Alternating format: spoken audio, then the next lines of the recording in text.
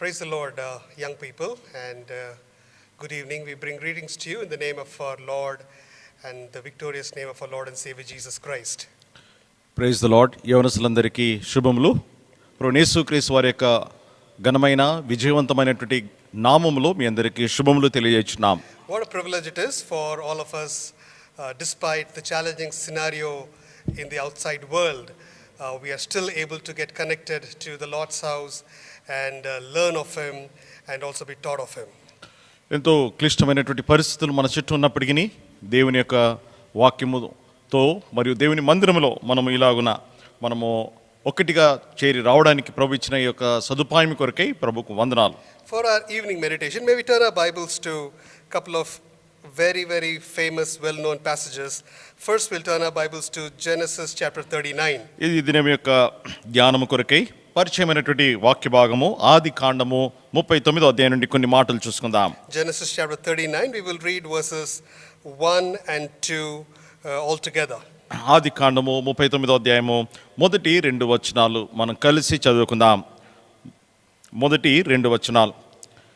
యోసేపును ఐగుప్తునకు తీసుకుని వచ్చినప్పుడు ఫారో యొక్క ఉద్యోగస్తుడును రాజా సంరక్షకుడు సేనాధిపతి అయిన పోతీఫరునొక ఐగుప్తుయుడు అక్కడికి అతన్ని తీసుకుని వచ్చిన ఇష్మాయిల్ యొద్ద అతన్ని కొనెను. యెహోవా యోసేపునకు తోడయుండెను గనుక అతడు వర్ధిల్లుచు తన యజమానుడు ఆ ఐగుప్తుని ఇంట ఉండెను. We will also read the last 3 verses of the same chapter. ఇది 39వ అధ్యాయం నుండి చివరి 3 వచనాలు కూడా చదువుకుందాం. Genesis 39, 21 to 23. ఆది కాండము 39వ అధ్యాయము 21 నుండి 23వ వచనం వరకు మనమందరం కలిసి చదువుకుందామండి. అయితే యెహోవా యోసేపునకు తోడయుండి అతని యందు కనికరపడి అతని మీద ఆ చెరసాల యొక్క అధిపతికి కటాక్షము కలుగునట్లు చేసెను. చెరసాల అధిపతి ఆ చెరసాలలో ఉన్న ఖైదీలందరినీ యోసేపు చేతికి అప్పగించెను. వారక్కడ ఏమి చేసిరో అదంతయు అతడే చేయించువాడు. యెహోవా అతనికి తోడయుండెను గనుక ఆ చెరసాల అధిపతి అతని చేతికి అప్పగింపబడిన దేని గురించి విచారణ చేయక ఉండెను. అతడు చేయనది యావత్తు యెహోవా సఫలమగునట్లు చేసెను. We will also turn our Bibles to 2 Timothy chapter 2. తిమోతికి పౌలు రాసిన 2వ పత్రిక 2వ అధ్యాయాన్ని కూడా దయచేసి తీద్దామండి. 2 Timothy chapter 2. తిమోతికి రాసిన 2వ పత్రిక 2వ అధ్యాయము. We will read verses 21 and 22 all together. 21, 22 వచనాలు మనము కలిసి చదువుకుందాం. 21, 22. ఎవడైనను వీటిలో చేరక తన్ను తాను పవిత్రపరచుకుని నేడలా వాడు పరిశుద్ధపరచబడి యజమానుడు వాడుకున్నటకు అర్హమైన ప్రతి సత్కార్యమునకు సిద్ధపరచబడి ఘనత నిమిత్తమైన పాత్రయై ఉండును. నీవు యవనేచ్ఛల నుండి పారిపోము. పవిత్ర హృదయులై ప్రభువునకు ప్రార్థన చేయు వారితో కూడా నీతిని, విశ్వాసమును, ప్రేమను, సమాధానమును వెంటాడుము. As we begin a journey with a new topic today, we will look to the Lord for help and seek His favor so that the teaching may just not be meaningful, but it may be productive in and through our lives. మనము నూతనమైనటువంటి అధ్యాయంలో మనము యాత్రను కొనసాగిస్తూ ఉంటుండగా ఈ యొక్క ఉపదేశము అది మనకు ప్రయోజనకరంగాను అర్థవంతంగా ఉండునట్లుగా ప్రభు యొక్క సహాయం కొరకే ప్రార్థించుకుందాం. Our Heavenly Father, మా పరలోకమందున్న మా తండ్రి, in the precious name of your beloved Son Lord Jesus Christ, we come to you this evening hour. ఈ సాయంకాల సమయంలో మీ ప్రియ కుమారుడైన యేసు ప్రభువారి యొక్క అమూల్యమైన నామములో మీ సన్నిధికి వస్తుంటున్నాం. Oh Lord, what a blessedness it is that we still enjoy your presence, your word, despite such unsettling times across the globe. మా ప్రభు ప్రపంచమంతటా ఎంతో మా ప్రభు కలవరమైనటువంటి సమయంలో ఉంటున్నప్పటికీ మీ సన్నిధిని మా ప్రభు మీ వాక్యమును మా ప్రభు మేము మా ప్రభు అనుభవించడానికి అందులో ఆనందించడానికి మీరు చేసిన కార్యం కొరకే మీకు వందనాలు. Every day you are proving to the world that you are the one sovereign Lord. మా ప్రభువా మీరే ఏకైక సార్వభౌమ దేవుడై ఉంటున్నారని ప్రతి దినము మీరు లోకమునకు రుజువుపరుచున్నందుకు వందనాలు. And every day we come to realization that we are just dust. మా ప్రభువా ప్రతి దినము ఈ గమనికలోనికి మేము వస్తుంటున్నాం. మేము కేవలము దుమ్ము ధూళి ఉంటున్నాం.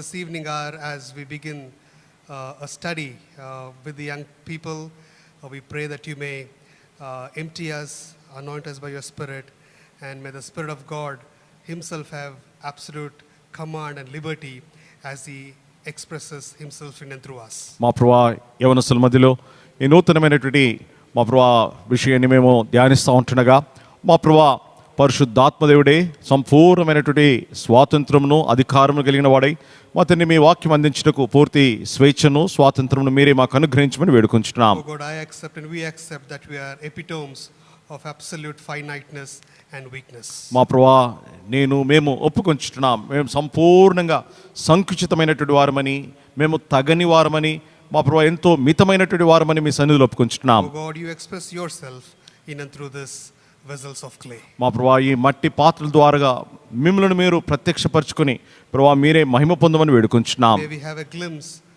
of your glory. మా ప్రభువా మీ యొక్క మహిమ యొక్క ఛాయను మేము చూచినట్లుగా సహాయం చేయండి. May we have a glimpse of your loving heart. మీ ప్రేమ హృదయం యొక్క ఛాయను ప్రభువా దృశ్యమును మేము చూచినట్లుగా సహాయం చేయండి. May we have a glimpse of your holiness. మా ప్రభువా మీ పరిశుద్ధత యొక్క ఛాయను మా ప్రభువా నమూనాను మేము చూచినట్లుగా సహాయం Oh Lord, చేయండి. when we have the filling and the touch of your heavenly presence, O Lord, our lives are satisfied. మా ప్రభువా మేము మీ పరలోకపు ప్రేమగల హస్తం యొక్క తాకిడి మరియు మా ప్రభువా స్పర్శను నింపుదలను మేము కలిగినప్పుడు మా హృదయములు నిజముగా తృప్తి చెందుతాయి. Where can we go, O Lord? For you have the words of eternal life. మా ప్రభువా నిత్య జీవపు మాటలు గలవాడు నీవే, నీకు తప్ప మా ప్రభువా మేము ఎక్కడికి వెళ్ళగలము? Teach us, O Lord. ప్రభువా మీరే మాకు ఉపదేశించండి. Train us, O Lord. ప్రభువా మీరే మాకు తర్బీదునివ్వండి. And transform us, O Lord. ప్రభువా మమ్మల్ని రూపాంతరపరచండి. As we pray in the name of your Son and our Lord and Savior Jesus Christ. మీ ప్రియ కుమారుడు మా ప్రభు యేసు క్రీస్తు వారి యొక్క పరిశుద్ధమైన నామములో ప్రార్థించి వేడుకొంచుచున్నాం మా తండ్రి. ఆమేన్.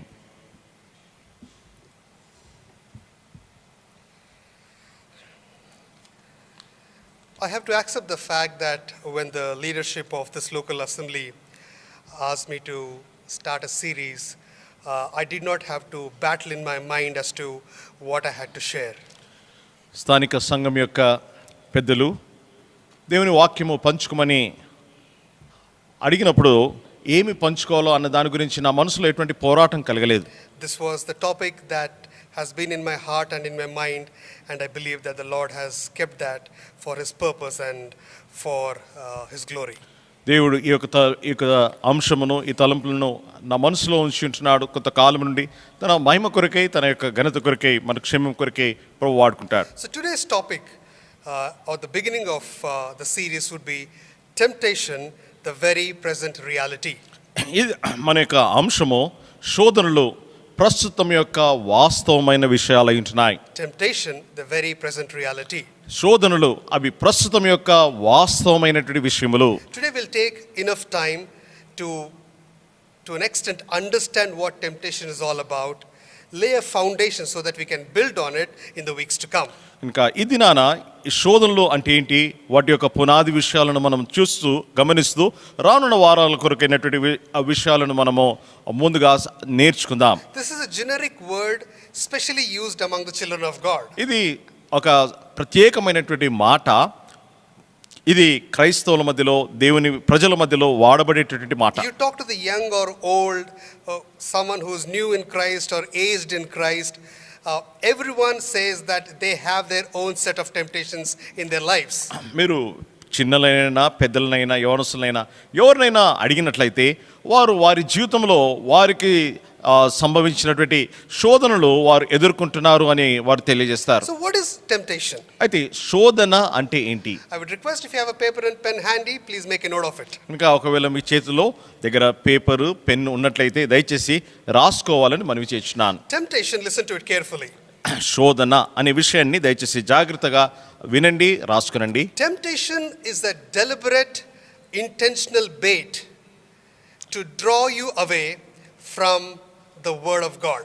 శోధన అనేది బుద్ధిపూర్వకంగా వేయబడినటువంటి ఎర, దేవుని వాక్యం నుండి దూరపరచడానికి వేయబడిన ఎర. It's a deliberate, intentional bait to draw you away not only from the word of God but also deviate you from the will of God. ఈ శోధన అనేది బుద్ధిపూర్వకంగా మనల్ని దేవుని వాక్యం నుండి మాత్రమే కాదు కానీ దేవుని చిత్తము నుండి మనల్ని వేరుపరచడానికి, దూరం చేయడానికి శత్రువు వేసేటటువంటి ఎర. So whenever the enemy plans and attacks you and me with the temptation, the intent is to deflect your mind, deviate your heart from following God, His word and His will. గమనించండి, శత్రువు శోధన కలిగించినప్పుడల్లా వాని యొక్క ఉద్దేశము, వాని యొక్క ఆలోచన దేవుని వాక్యం నుండి, దేవుని సత్యం నుండి, దేవుని చిత్తం నుండి మనము వైదొలిగిపోయిన వారమై దేవుని నుండి దూరముగా వెళ్ళాలన్నదే వాని యొక్క ఉద్దేశము. Enemy has got a zillion ideas to deviate your walk of faith from the right place. సరైనటువంటి స్థలం నుండి నిన్ను దేవుని చిత్తం నుండి నేను దూరపరచడానికి శత్రువుకు అనేకమైనటువంటి లెక్కకు మించినటువంటి పద్ధతులు, మార్గాలు ఉంటున్నాయి. The enemy who started this trickery from the Garden of Eden will be continuing this trickery till the time he is abandoned, dumped into the eternal hellfire.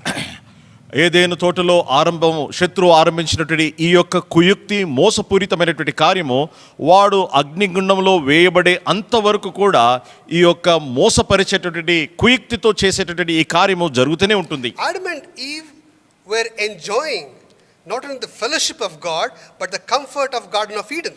ఆదాము అవలు దేవుని యొక్క సహవాసాన్ని అనుభవించడం మాత్రమే కాదు, కానీ ఏదెనులో ఉన్నటువంటి సుఖవంతమైనటువంటి సౌఖ్యంతో కూడిన జీవితాన్ని కూడా వారు ఆనందిస్తొచ్చారు. He tricked them just like that. అయితే వాడు ఎంతో సునాయాసంగా వాడు మోసగించి వారిని తప్పుదారి పట్టించాడు. They were in the comfort of Garden of Eden. దేవుని ఏదేను తోట యొక్క సుఖములో, సౌఖ్యములో వారు ఉన్నారు. But he still tricked them. అయినప్పటికీ వారిని అక్కడ మోసం చేశాడు. The second Adam, Lord Jesus Christ, అయితే రెండవ ఆదామైనటువంటి ప్రభువు యేసుక్రీస్తు వారు was not in the comfort of Garden of Eden.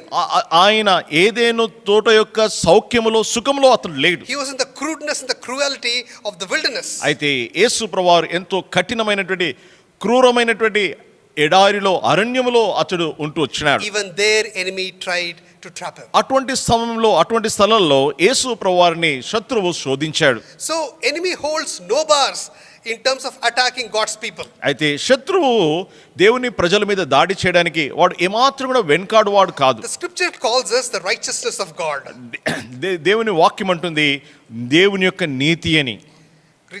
Scripture calls us as the righteousness of God. దేవుని వాక్యము మనల్ని దేవుని యొక్క నీతి అని మనల్ని సంబోధిస్తుంది. Lord Jesus Christ's righteousness has been imputed upon us. యేసుక్రీస్తు ప్రభువారి యొక్క నీతి మన మీద ఆపాదించబడి, తొలగించబడింది. But I would like to tell you that even though the righteousness of Christ is imputed upon us, you and I are not exempted of any kind of a temptation. అయితే దేవుని యొక్క యేసు ప్రభువారి యొక్క నీతి మన మీద ధరింపజేయబడినప్పటికీ శత్రువు యొక్క శోధన మనకు రాదు అని చెప్పడానికి వీల్లేదండి. Just because you and I come to the knowledge of Lord Jesus Christ, obey in the waters of baptism, have a fellowship in the local church, read our Bibles, please let us not get into a folly that we will not be tempted. గమనించండి, మనము మారు మనసు పొంది నీటి బాప్తిస్మలో సాక్ష్యం ఇచ్చి తర్వాత సంఘంలో మనము నిలకడగా ఉంటూ దేవుని వాక్యాన్ని చదువుతూ ఉన్నంత మాత్రాన మనకు శోధనలు కలుగవు అన్నటువంటి ఇటువంటి భ్రమలో మనము ఏమాత్రంగా ఉండడానికి వీల్లేదండి. If Satan had the audacity and the gall to attack the Son of God himself, what are you, what am I, that he will not attack us? గమనించండి, యేసు క్రీస్తు ప్రభువారు దేవుని కుమారుడైనటువంటి యేసు క్రీస్తు ప్రభువారిని శోధించడానికి శత్రువు వెనకాడనప్పుడు నిన్ను నన్ను శోధించడానికి వానికి వెనకాడడానికి ఏమైనా కారణం ఉందా? Many children of God with great reputation, with great pedigree have fallen and have come to oblivion because they did not take the attack of the enemy through temptation seriously. అయితే అనేకమంది దేవుని దాసులు, గొప్ప వారు శత్రువు యొక్క శోధనను వారు అది తీవ్రమైనదిగా భావించిన కారణాన్ని బట్టి, తేలికైనదిగా, తుచ్చమైనదిగా భావించిన కారణాన్ని బట్టి వారు అంతరించిపోయారు, వారు మాయమైపోయి ఉంటున్నారు. Adam and Eve are a clear-cut example as to how the enemy tricked them. గమనించండి, ఆదాము అవలు దీనికి ఒక చక్కటి నిదర్శనం, శత్రువు వారిని ఎలాగో మోసగించాడు అనడానికి. King Saul, the first king of Israel, fell and we know how he ended. అంతేకాకుండా ఇశ్రాయేలు దేశం యొక్క మొదటి రాజు అయినటువంటి సౌలు ఆయన కూడా శోధింపబడాడు. ఆయన అంతం ఏ రీతిగా ఉందో మనకు తెలుసు. Gehazi, who was probably supposed to be the next prophet after Elisha, he fell because he was tempted for the earthly things. గమనించండి, గెహాజీ ఏలియా యొక్క ప్రవక్త, ఏలియా యొక్క దాసుడు, ఏలియా తర్వాత ప్రవక్తగా ఉండవలసినటువంటి వాడు శత్రువు యొక్క శోధనలో పడిపోయిన తర్వాత ఆయన ఎలాగో అంతరించిపోయి ఉంటున్నాడో మనకు తెలుసు. Judas Iscariot, one among the 12 of God's own disciples, he fell. So there is no way that you and I can say that we are above and over any kind of a temptation. గమనించండి, యేసు ప్రభువారి యొక్క శిష్యుల్లో ఒకడైనటువంటి యూదా ఇస్కరియోతు ఆయన కూడా పడిపోయి ఉంటున్నాడు. కాబట్టి ఎవరు కూడా శోధనకు నేను మించినటువంటి వాడిని, శోధనకు నాకు రాదు అని చెప్పడానికి ఎవరికి కూడా వీలు పడదు. At the same time, there are few unsung heroes across the scripture who we might not have known, whom we don't consider as great. They were sensitive about the presence of God, they were sensitive about the holiness of God, and they were considered victors, they were considered overcomers. అయితే దేవుని వాక్యంలో మనం చూసినట్లయితే ఎక్కువ ప్రఖ్యాతి గాంచకపోయినప్పటికీ వారు దేవుని వాక్యం విషయమై సున్నితమైనటువంటి వారు ఉన్న కారణాన్ని బట్టి శత్రువు యొక్క శోధనను ఎంతో తీవ్రమైనదిగా భావించిన వారై అట్లు వారు ఆ శత్రువును జయించిన కారణాన్ని బట్టి వారు ఎంతో విజయవంతమైనటువంటి వారిగా ఎంచబడతా ఉంటున్నారు. Young Joseph was a nobody in the land of Egypt. అయితే యవనస్తుడైనటువంటి యోసేపు ఐగుప్తు దేశంలో ఏమీ గుర్తింపు లేనటువంటి వ్యక్తిగా ఉన్నాడు. Because of his stance for the Lord, we are so proud as to how he ended his life. అయితే దేవుని కొరకు ఆయన తీసుకున్నటువంటి తీర్మానాన్ని బట్టి అతడు ఏలుగా ఉన్నాడో ఆయన్ని బట్టి మనం గర్వించేటటువంటి వారిగా ఉంటున్నాం. We don't hear about names like Phinehas లాంటి వ్యక్తుల గురించి మనకు ఎక్కువగా మనం వినము. They did not yield to the temptation in that land, but they went ahead on an offensive, and look what Phinehas was. God made a personal covenant with him. గమనించండి, ఫినెహాసు వారు ప్రఖ్యాతిగాంచకపోయినప్పటికీ దేవుని కొరకు రోషం కలిగిన వారై ఉండి శత్రువు యొక్క దాడులను ఎదిరించిన కారణాన్ని బట్టి సాక్షాత్తు దేవుడే వ్యక్తిగతంగా ఫినెహాసుతో ఒక నిబంధన చేసుకుని ఉంటున్నాడు. And I don't want to sound like a chauvinist. There are women also. You take the examples of Ruth, take the examples of Esther, take the examples of Deborah. All have been victorious because they took a position for the Lord. కేవలం పురుషులు మాత్రం కాదు కానీ స్త్రీల్లో కూడా ఎస్తేరు, Ruth, తర్వాత Deborah ఇటువంటి వారు కూడా దేవుని కొరకై ఒక నిర్దిష్టమైనటువంటి తీర్మానం తీసుకున్న కారణాన్ని బట్టి దేవుని వాక్యంలో ఎంతో ఉన్నతమైనటువంటి స్థానంలో వారు ఉంటున్నారు. So temptation is a deliberate, intentional bait by the enemy to draw you away from the word of God and deviate you from the will of God. శోధన అనేది బుద్ధిపూర్వకంగా మనపూర్వకంగా శత్రువు వేసేటటువంటి ఎర, తద్వారా దేవుని వాక్యం నుండి దేవుని చిత్తం నుండి మనల్ని వైదొలిగించి దూరపరచాలన్నది యొక్క శత్రు యొక్క పన్నాగము. There's a confusion even in Christendom as to how you gauge a temptation from the enemy and a test from God. గమనించండి, క్రైస్తవ సమాజంలో కూడా క్రైస్తవుల మధ్యలో కూడా శోధన, శత్రువు యొక్క శోధన మరియు ప్రభువు పెట్టే పరీక్ష, ఈ రెండిట్లో ఉన్నటువంటి వ్యత్యాసం ఏంటో తెలుసుకోవడానికి సతమతం అవుతా ఉంటారు. Mark this and remember it for your lifetime. గమనించండి, మీ జీవితకాలం కొరకై ఈ విషయాన్ని మీరు జాగ్రత్తగా మీరు మనసులో ఉంచుకోవాలి. God never tempts. దేవుడు ఎవరిని కూడా ఎన్నడూ శోధించడు. Temptation is only from the enemy. శోధన అనేది కేవలము శత్రువు నుండి మాత్రమే వస్తుంది. And temptation leads to ruin. గమనించండి, శోధన పడిపోయినప్పుడు అది నాశనానికి దారితీస్తుంది. God only tests. అయితే దేవుడు మాత్రం కేవలం మనల్ని పరీక్షిస్తాడు. If temptation leads you to ruin, ఒకవేళ శోధన మన పతనానికి దారితీస్తే, tests of God lead you to refinement. అయితే దేవుని యొక్క పరీక్ష మనల్ని పవిత్రపరిచి పరిశుద్ధులుగా ఇంకా ముందుకు సాగడానికి సహాయపడుతుంది. Tests of God lead you to restoration. దేవుని యొక్క పరీక్ష అది మనల్ని సమకూర్పు కొరకై దారితీస్తుంది. Tests of God lead you to renewal and revival. అయితే దేవుని యొక్క పరీక్ష మనము ఉజ్జీవింపబడి మనము సమకూర్చబడడానికి కొరకై దారితీస్తుంది. To make it simple, సరళంగా చెప్పాలి అంటే, for example, you've been working very hard in your office. ఊహించుకోండి, మీ యొక్క ఆఫీస్లో మీరు ఎంతో కష్టపడి పనిచేస్తూ ఉన్నారు. And you've cleared all the competition that has been posed in front of you. అయితే నీకు ఎదురుగా ఉన్నటువంటి ఆ పోటీని అంతటిని కూడా నువ్వు గెలిచావు, వాటిలో పైకి వచ్చావు. One of the best employees in your organization. మీ ఆ సంస్థలో చక్కటి ఉద్యోగస్తులుగా మీరు ఉంటున్నారు. But for some reason, అయితే ఏదో ఒక కారణాన్ని బట్టి you're not promoted. మీకు పదవోన్నతి లభించలేదు. That is basically the test of God to test your endurance and patience. నీ యొక్క సహనాన్ని, నీ యొక్క పట్టుదలను పరీక్షించడానికి దేవుడు పెట్టినటువంటి పరీక్ష అది. Don't simply blame that on Satan. Satan has got nothing to do with that test. గమనించండి, సాతాను మీద నింద వేయొద్దు. సాతానుకు ఆ యొక్క పరీక్షతో ఎటువంటి పాలు పంపులు లేవు. God is pruning you. దేవుడు నిన్ను కత్తిరిస్తున్నాడు. God is refining you. దేవుడు నిన్ను So శుద్ధీకరిస్తున్నాడు. hold on. కాబట్టి నిలకడగా ఉండు. When the time comes, సమయం వచ్చినప్పుడు he will be glorified. దేవుడు ఆయన మహిమపరచబడతాడు. At the right time, సరైన సమయంలో you will be honored. నీవు కూడా హెచ్చింపబడతావు. Through that time, ఆ సమయం వరకు కూడా he'll give you grace. దేవుడు నీకు కృపను On అనుగ్రహిస్తాడు. the other side, ఇంకో వైపు చూస్తే, say for example I have 100 rupees ఊహించుకోండి నా దగ్గర 100 రూపాయలు ఉన్నాయి. and I go out and buy something that is around 200 rupees. నేను వెళ్ళి 200 రూపాయలు విలువ చేసేది కొన్నాను. You don't have to, నువ్వు కొననక్కర్లేదు. but you went and bought something which is over and above your budget. కానీ నీ దగ్గర ఉన్నటువంటి డబ్బు కంటే ఎక్కువ ఖరీదైనటువంటి వస్తువును నువ్వు కొన్నావు. Because someone put a bait in front of you stating that you take this even at a price. ఇంత ఖరీదైనా నువ్వు తీసుకోండి అని ఎవరో మీ ముందు ఎరవేసి మిమ్మల్ని మభ్యపరిచిన కారణాన్ని బట్టి కొన్నారు. And don't consider that as the test of God. అయితే దాన్ని దేవుని యొక్క పరీక్ష అని ఎంచవద్దు. Don't say why the Lord is allowing so many tests in my life. ఎందుకు నా జీవితంలో దేవుడు ఇన్ని పరీక్షలను శోధనలను అనుమతిస్తున్నాడు We అనవద్దు. succumbed to the bait of the enemy.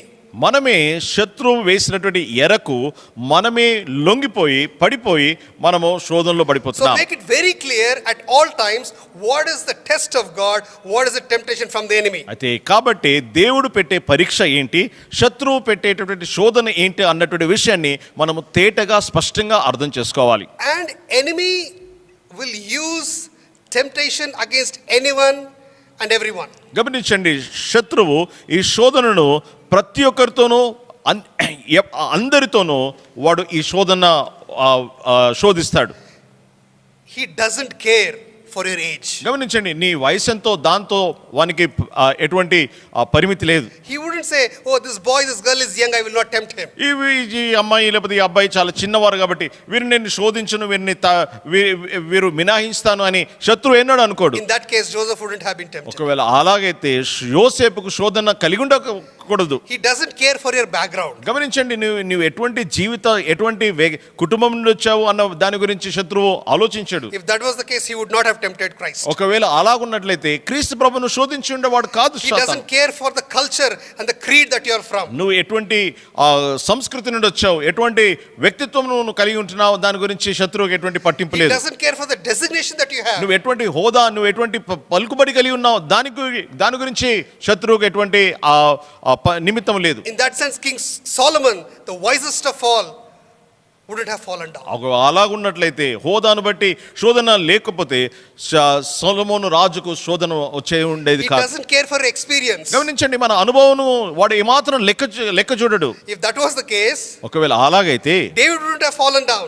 దావీదు అసలు పాపంలో పడిపోయి ఉండేవాడు కాదు. The great musician of Israel, ఇశ్రాయేలు యొక్క గొప్ప సంగీతకారుడు, the sweet psalmist of Israel, ఇశ్రాయేలు యొక్క మధుర కీర్తనకారుడు, on that roof that afternoon danced according to the music of devil. అయితే ఆ దినాన ఆ మేడ మీద అపవాది యొక్క సంగీతానికి నాట్యం చేశాడు. Beloved, ప్రేమిన వారలారా, young boys and girls, యవన సహోదర సహోదరులారా, you and I are not exempt. నీవు నేను శోధనకు ఏమాత్రము మనకు మినహాయింపు లేదు. There is not a minute that you can take it for granted. గమనించండి, ఒక్క క్షణము కూడా శోధన ఈ క్షణంలో శోధన రాదు అని అనుకోవడానికి వీల్లేదు. There is not a day that you can take it for granted. గమనించండి, ఈ దినాన శోధన రాదు అని చెప్పడానికి ఒక్క దినము కూడా మినహాయింపు లేదు. Just because you have a promise today, it doesn't mean that he can't topple you tomorrow. గమనించండి, ఈ దినాన నువ్వు వాగ్దానం చేసావు, ఒప్పందం చేసావు కాబట్టి రేపు వాడు నిన్ను పడగొట్టడానికి ప్రయత్నించడానికి చెప్పడానికి వీలు లేదు. We will deal with some of the deep aspects of temptation probably in the weeks to come. కనుక ఈ శోధన గురించినటువంటి లోతైనటువంటి విషయాలు ప్రభుచితమైతే వచ్చే వారం నుండి మనం ధ్యానిస్తాం. We will kind of extract more in terms of the lust of eyes, lust of flesh and the pride of life. అయితే రానున్నటువంటి వారాల్లో శరీరాశ, నేత్రాశ మరియు జీవపు డంబము అనే విషయాలను మనం ధ్యానిస్తాం. After that introduction, ఈ ఉపోద్ఘాతం అయిన తర్వాత let's move to Genesis chapter 39. 39వ అధ్యాయము ఆది కాండము చూద్దామండి. When we read the first two verses which you already read, మనము మొదటి 2 వచనాలు ఇంతకు ముందే చదువుకున్నాం. I would assume, or I'm very convinced, that out of 100 believing Christians, at least 90% would have underlined the first 4 verses. గమనించండి, నేను అనుకుంటాను కనీసం 90% విశ్వాసులు వారు ఈ నాలుగు వచనాలను ఖచ్చితంగా వారి బైబిల్లో వారు అండర్లైన్ చేసుకుని ఉండవచ్చు. And probably the last three verses also many would have underlined. చివరి మూడు వచనాలు కూడా అనేకులు వారు అందులో అండర్లైన్ చేసుకుని But ఉండవచ్చు. between these verses ఈ వచనాలు మధ్యలో there is an eruption. అందులో ఒక వేరే మాట ఉంది. There is a volcano that has broken loose between these verses. ఈ వచనాలు మొదటి వచనాలకు మరియు చివరి వచనాల మధ్యలో ఒక అగ్ని పర్వతము పేలిపోయినటువంటి ఆ ప్రేలుడుంది. This sweet boy, young boy Joseph had the least anticipation that something as gruesome as this will be on him. గమనించండి, ఈ చిన్న చక్కటి యవనస్తుడు చిన్నవాడు ఇటువంటి క్రూరమైన ఇటువంటి కఠినమైనటువంటి హేయమైనటువంటి కార్యము తనకు సంభవిస్తుంది అన్నటువంటి ఆలోచన ఎన్నడూ ఆయనకు సంభవించలేదు, అనుకోలేదు. The great dreaming son of Jacob did not have a dream about this temptation. గమనించండి, కలలు కనేటటువంటి యాకోబు యొక్క ఈ కుమారుడికి ఇటువంటి శోధనలు వస్తాయన్నటువంటి కల ఎన్నడూ రాలేదు. He was caught unawares. గమనించండి, గుర్తు లేకుండానే పట్టబడ్డాడు. That is the smartness, the sneakiness and the subtlety of the enemy. He can take you, catch you unawares. గమనించండి, శత్రువు యొక్క కుయుక్తి, వంచన, వాని యొక్క మోసం ఏంటంటే మనము ఎప్పుడైతే నిర్లక్ష్యంగా ఉంటామో, ఆలక్ష్యంగా ఉంటామో అప్పుడే మనల్ని పట్టుకొని శోధనలో మనల్ని పడవేయడానికి వాడు ప్రయత్నిస్తూ As I ఉంటాడు. alluded just few minutes ago, ఇంతకు ముందే నేను సెలవిచ్చినట్లు there is not a moment that we are off the risk. గమనించండి, శోధన ఈ గడియలో కలగదు అని చెప్పడానికి ఒక్క గడియ కూడా మన జీవితంలో ఉండదు. There is not a person who's outside the framework of temptation. శోధన ఈ వ్యక్తికి కలగదు అని చెప్పగలిగినటువంటి వారు ఎవరూ లేరు. Please be conscious that this is a very present reality for every Christian. గమనించండి, ప్రతి క్రైస్తవునికి ఇది ఈ దినాల్లో ప్రస్తుతం ఉన్నటువంటి ఒక వాస్తవమైనటువంటి విషయము శోధన అన్నది మనము గమనికలో ఉంచుకోవాలి. Every Christian has a temptation that is lurking around. You know it, sometimes you may not know it the way Joseph did not know it at all. గమనించండి, ప్రతి క్రైస్తవునికి శోధన అది పొంచి ఉన్నది. యోసేపుకి ఎలాగైతే పొంచి వచ్చిందో అలాగూ మనకు కూడా శోధన పొంచి వస్తుంది.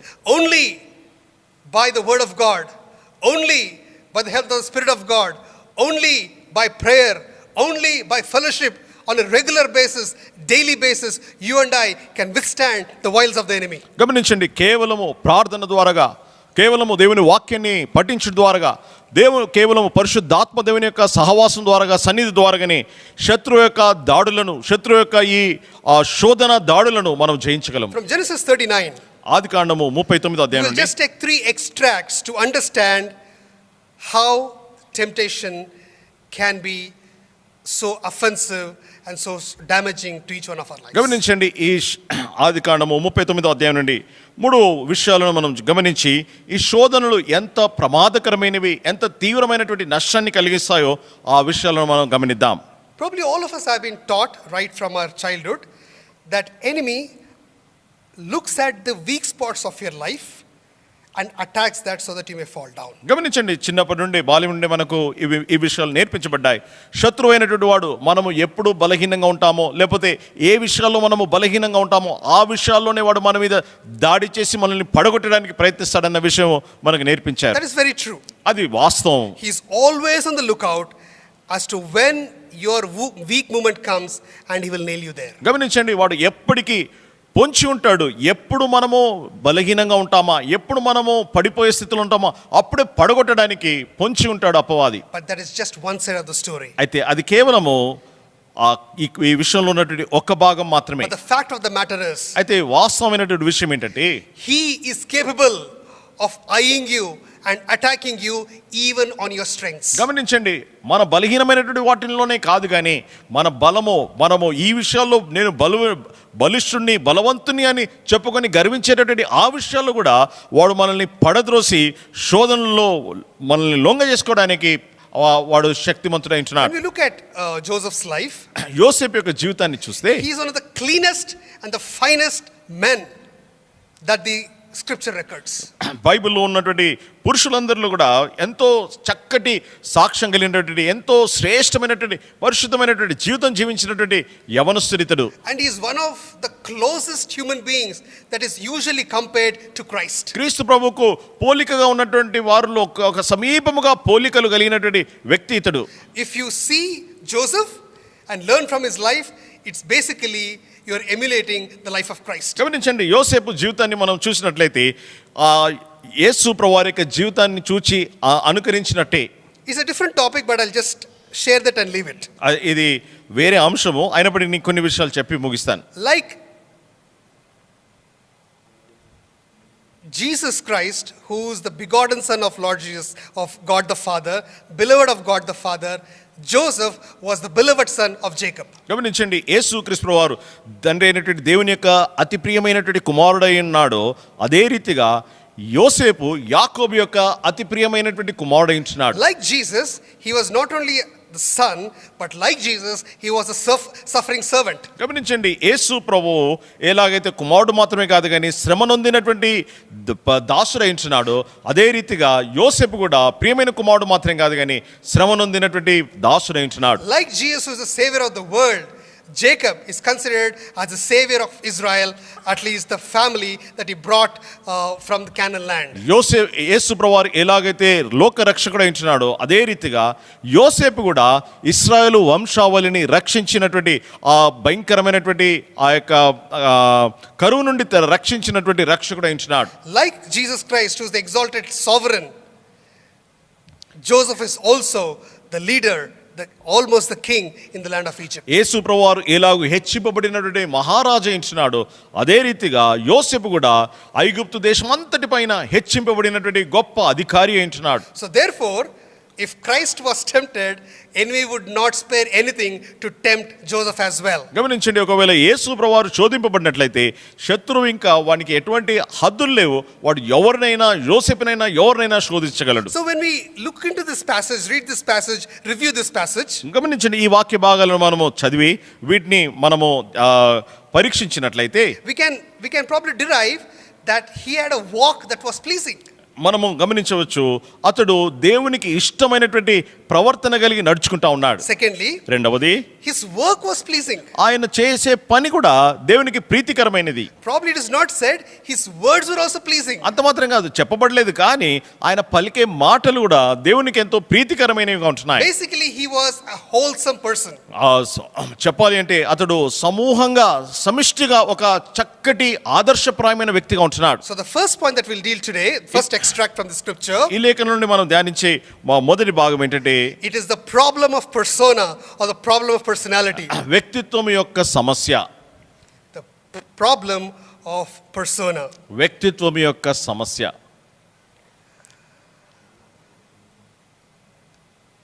Joseph had lot of beautiful characteristics. యోసేపు చక్కటి గుణగణాలు కలిగినటువంటి వ్యక్తి. And exterior wise he was a beautiful young man. బాహ్యంగా చూసినట్లయితే ఎంతో అందగాడు. He was a handsome boy. ఎంతో చక్కటి స్వరూపం కలిగినటువంటి Why was వ్యక్తి. a handsome boy? ఎందుకు అట్టి చక్కటి స్వరూపం కలిగిన వాడు? His mother was beautiful. ఎందుకంటే తల్లి ఎంతో అందమైనటువంటి స్త్రీ. Because Rachel was so beautiful. రాహేలు ఎంత అందగతే అంటే Jacob wanted to marry her. ఆమెను వివాహం చేసుకోవాలని యాకోబు ఆశ కలిగి ఉంటున్నాడు. And because of Rachel, రాహేలును బట్టి Joseph is also beautiful and handsome.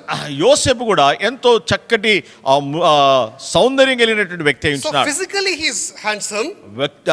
భౌతికంగా ఎంతో చక్కటి స్వరూపం కలిగిన In his వాడు. walk he is so good. ఆయన ప్రవర్తనలో ఎంతో చక్కగా ఉంటున్నాడు. His work is so excellent. ఆయన చేతి పని కూడా ఎంత రమ్యముగా ఉంది. So he was the most probably wanted person in Egypt, at least in the house of Potiphar. అయితే ఐగుప్తు దేశంలో మరియు పొతిఫర్ యొక్క ఇంటిలో ఎంతో ఆసక్తి కలిగినటువంటి ఎంతో ఆశింపదగినటువంటి వ్యక్తిగా యోసేపు ఉంటున్నాడు. In today's language, if you have to say, ఈ దినం యొక్క భాషలో చెప్పాలి అంటే, he could be the most wanted son-in-law of every parent that is looking for a son-in-law. ఎవరైనా అల్లుని కొరకే వెతికేటటువంటి వారిలో అందరికంటే ఎక్కువగా కోరుకునేటటువంటి అల్లుడుగా ఇటువంటి అల్లుడు కావాలని వాంచగలిగినటువంటి వాడుగా ఉన్నాడు యోసేపు. What am I trying to tell you? నేను చెప్పాలనుకున్నటువంటి విషయం ఏంటంటే, In the house of God, దేవుని మందిరంలో, among the people of God, దేవుని ప్రజల మధ్యలో God has blessed us each one of us with some kind of a skill, some kind of a beauty, some kind of a talent. దేవుడు మనల్ని ఏదో ఒక సౌందర్యముతో, ఏదో ఒక చేతి పనితో, ఏదో ఒక తలాంతుతో దేవుడు మనల్ని ఆశీర్వదించాడు. And God is building a personality out of you. దేవుడు మన వ్యక్తిత్వాన్ని ఆయన నిర్మించడానికి, కట్టడానికి ఇష్టపడతా ఉంటున్నాడు. This is the personality that enemy can take charge of to attack you. అయితే ఇటువంటి వ్యక్తిత్వాన్ని ఉపయోగించి మన మీద దాడి చేయడానికి శత్రువు పూనుకుంటాడు. In this point I am not talking about the external temptation. గమనించండి, ఈ విషయంలో నేను బాహ్యం నుండి వచ్చే శోధన గురించి మాట్లాడట్లేదు. It's basically the deliberate intentional bait that is within us that can deviate us from the will of God and from the word of God. దేవుని వాక్యం నుండి, దేవుని చిత్తం నుండి అపవాది ఇష్టపూర్వకంగా మన మీద ఎరవేసి మనల్ని వైదొలిగించడానికి పూనుకునేటటువంటి శోధన. It is within ourselves. అది మనలోనే ఉంది. It's among young men, women యవన who know the Lord personally. యవన పురుషులు, యవన స్త్రీలు, వారి ప్రభువుని ఎరిగినటువంటి వారి మధ్యలోనే ఉంది. Say there is a young man who is absolutely talented amongst us or in Christendom. క్రైస్తవుల్లో మన మధ్యలో లేకపోతే ఒక యవనస్తుడు చక్కగా ఎంతో తలాంతులు కలిగిన వాడుంటున్నాడు. Comes from a great family. మంచి కుటుంబం నుండి వస్తున్నాడు. Has got great talents. గొప్ప తలాంతులు కలిగి ఉంటున్నాడు. Very humble. ఎంతో దీనమైన వాడు. Very honorable. ఎంతో ఘనమైన వాడు. Many people look up to him or her. అనేకులు ఆయనను ఎంతో గౌరవనీయంగా చూస్తారు. The moment this person tries to comprehend, understand that he is significant or he is special, that is the time where the decline can begin. గమనించండి, ఈ వ్యక్తి ఎప్పుడైతే నేను ఇంత ప్రాముఖ్యమైన వాడిని, ఇటువంటి హోదా కలిగి ఉన్నాను, ఇటువంటి లక్షణాలు నాలో ఉన్నాయని ఎప్పుడైతే గుర్తిస్తాడో అప్పుడే శత్రువు అతని మీద దాడి చేసి పడద్రోయడానికి పూనుకుంటాడు. When people show a lot of affection to you, గమనించండి, ప్రజలు ఎంతో ప్రేమను, ఆప్యాయతని కనపరిచినప్పుడు, people start caring for you more than the natural sense of caring.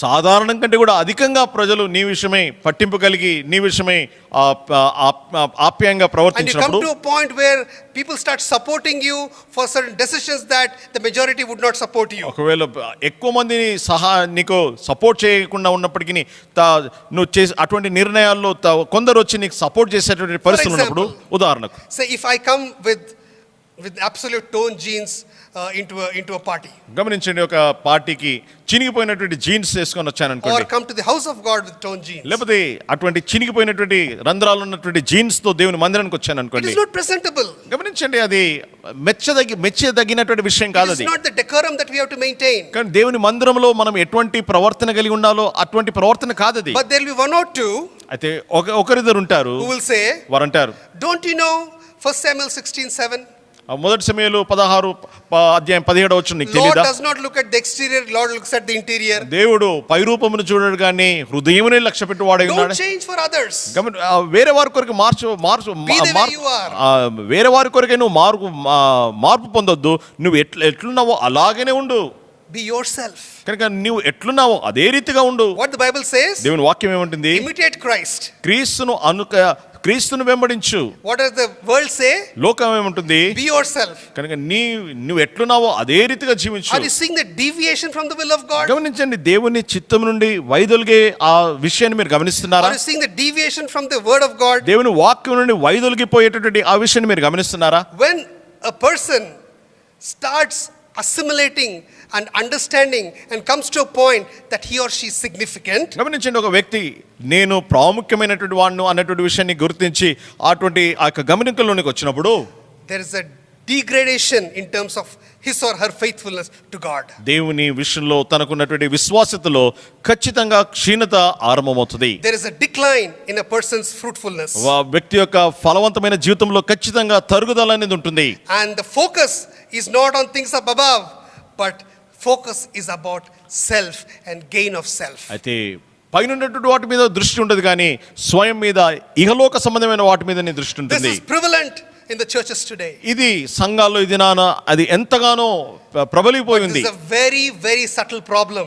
ఇది ఎంతో కుయుక్తితో ఎంతో మోసపూరితమైనటువంటి సమస్య. People don't get to notice this. మనుషులు దీన్ని గమనించరు. Let me tell you, గమనించండి, some of the great names in Hollywood began their life their careers in the church. గమనించండి, హాలీవుడ్లో ఉన్నటువంటి గొప్ప గొప్ప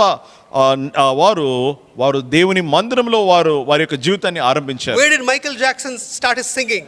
మైకేల్ జాక్సన్ తాను పాటలు పాడడం ఎక్కడ ఆరంభించాడు? In the church. సంఘంలో, దేవుని మందిరంలో. Where did Katy Perry started singing? Katy Perry ఆమె పాటలు పాడడం ఎక్కడ ఆరంభించింది?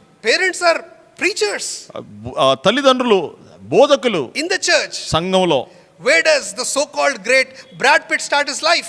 బ్రాడ్ పిట్ ఆయన తన జీవితాన్ని ఎక్కడి నుండి ఆరంభించాడు? He's from a core Baptist background. ఆయన ఒక చక్కటి బాప్టిస్ట్ సంఘానికి చెందినటువంటి వాడు. Somewhere down the line, someone said or they assumed that they are special and they gave up their souls, they gave up their lives because of their own persona. గమనించండి, వారు ఎక్కడో ఒక దగ్గర వారు అనుకున్నారు మేము ఎంతో గొప్పవారము, అహంకారం వచ్చేసింది.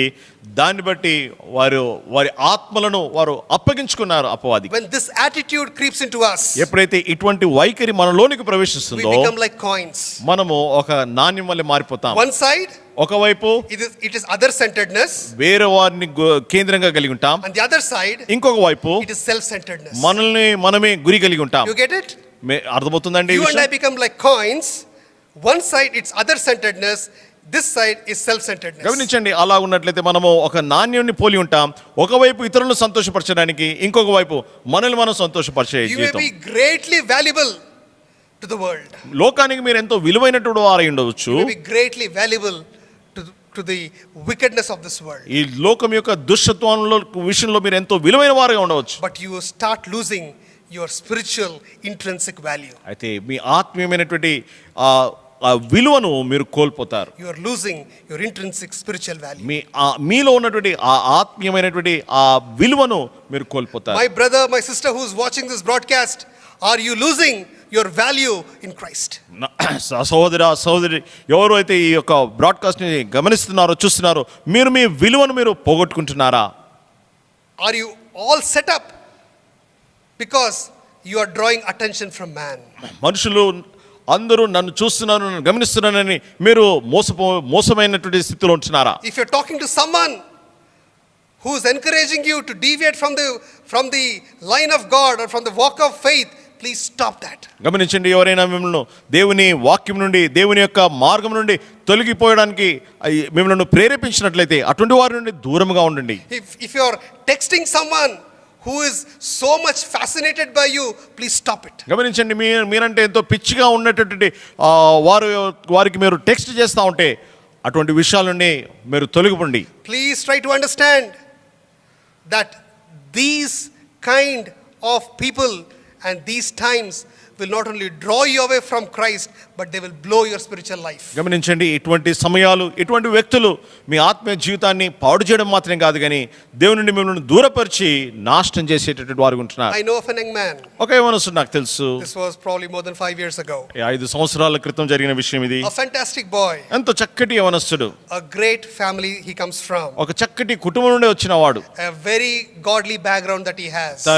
ఎంతో చక్కటి భక్తి కలిగినటువంటి కుటుంబము వారిది. I heard the parents say about this boy, what else do we need?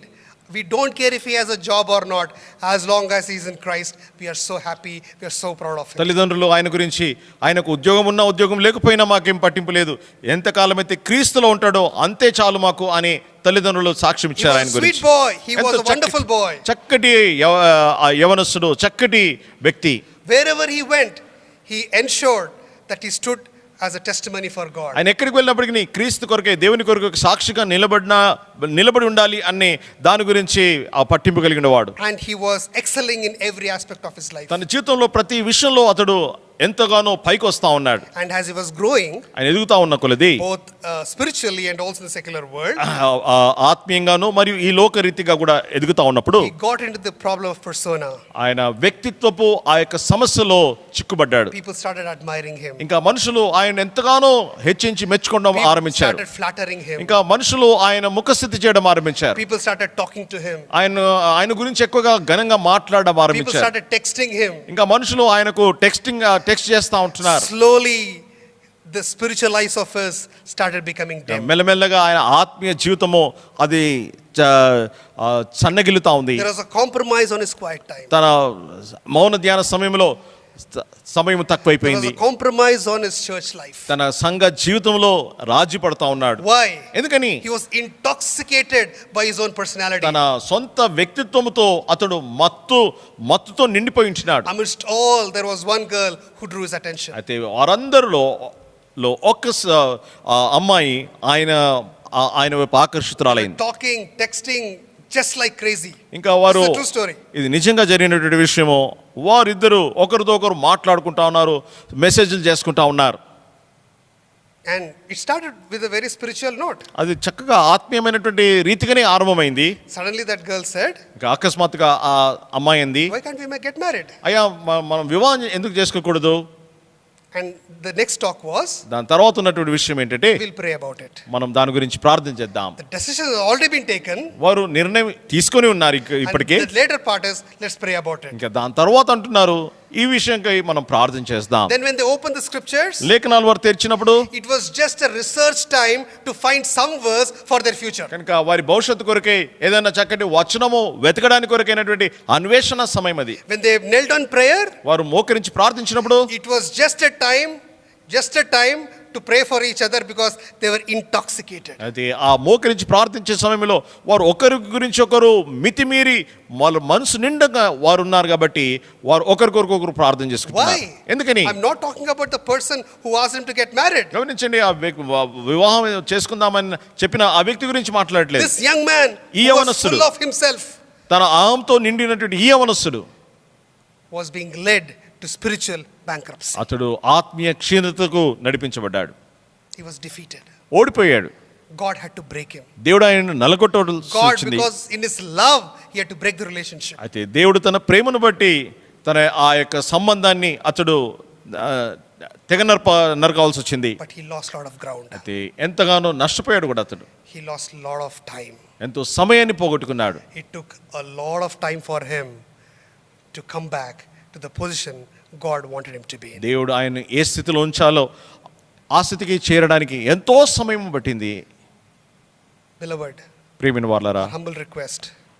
ఎంతో దీనంగా మనవి చేస్తున్నాం. There is a problem of persona in each one of us. ప్రతి ఒక్కరిలో ఈ వ్యక్తిత్వం యొక్క సమస్య మనం కలిగి ఉంటున్నాం. There is some skill, there is some strength in us because of which we could bloat and we cannot boast in the name of Christ. గమనించండి, మనలో ఏదో ఒక సుగుణము, ఒక తలాంతు ఉంది.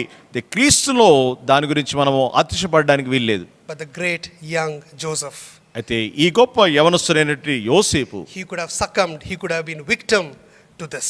అయితే అతడు ఈ యొక్క శోధనలకు లొంగిపోయి పడిపోయే ఆస్కారం ఎంతగానో ఉన్నది. But that is the difference between Joseph and most of us. అయితే యోసేపుకు మనలో అనేకులకు ఉన్నటువంటి వ్యత్యాసం అదే. He overcame. అతడు జయించాడు. He was a victorious person. అతడు విజయవంతుడమైన వ్యక్తి అయ్యాడు. We wanted to cover 3 points today. ఇది నాన్న 3 విషయాలు cover చేయాలనుకున్నాం. But we could only cover one extract. ఒకటి మాత్రమే గమనించగలిగాం. Problem of persona. వ్యక్తిత్వం యొక్క సమస్య. If you have it, ఒకవేళ మీకు ఆ సమస్య ఉంటే, if you're dealing with it, దానితో మీరు సతమతం అవుతా ఉంటే, the outside world or people are drawing you away and your mind from following Christ, క్రీస్తును వెంబడించకుండా బయట ఉన్నటువంటి వారు, బయట లోకము నిన్ను లాగుతా ఉంటే, it's time that you stop. ఇంకా అటువంటి వాటి నుండి నువ్వు తొలగిపోవడము సమయం వచ్చింది. You take a U-turn. కనుక నువ్వు యూ టర్న్ తీసుకోవాలి. Come to Lord Jesus Christ. యేసు క్రీస్తు వారి దగ్గరికి రావాలి. Surrender afresh. నూతనంగా జీవితాన్ని అప్పగించుకోవాలి. He can make you victorious. ఆయన్నే మనల్ని విజయవంతులుగా చేయగలడు. God willing, ప్రభు చిత్తమైతే we'll continue on temptation in the weeks to come. అయితే రానున్నటువంటి వారాల్లో ఈ శోధనల గురించినటువంటి ఈ అధ్యాయాన్ని, ధ్యానాన్ని మనము ముందుకు కొనసాగించుకుందాం. Examine ourselves and go into prayer. కనుక మనల్ని మనం పరీక్షించుకొని ప్రార్థనలోకి వెళ్దాం.